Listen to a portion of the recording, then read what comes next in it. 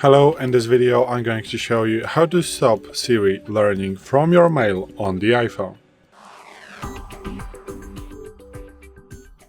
So today in front of me is the iPhone 12 with the iOS 17.4, but it really doesn't matter which iPhone you have or which version of the iOS you have, it is all going to work the same on every iPhone. So what you want to do is to open settings, then you want to swipe down a little bit and tap on the mail.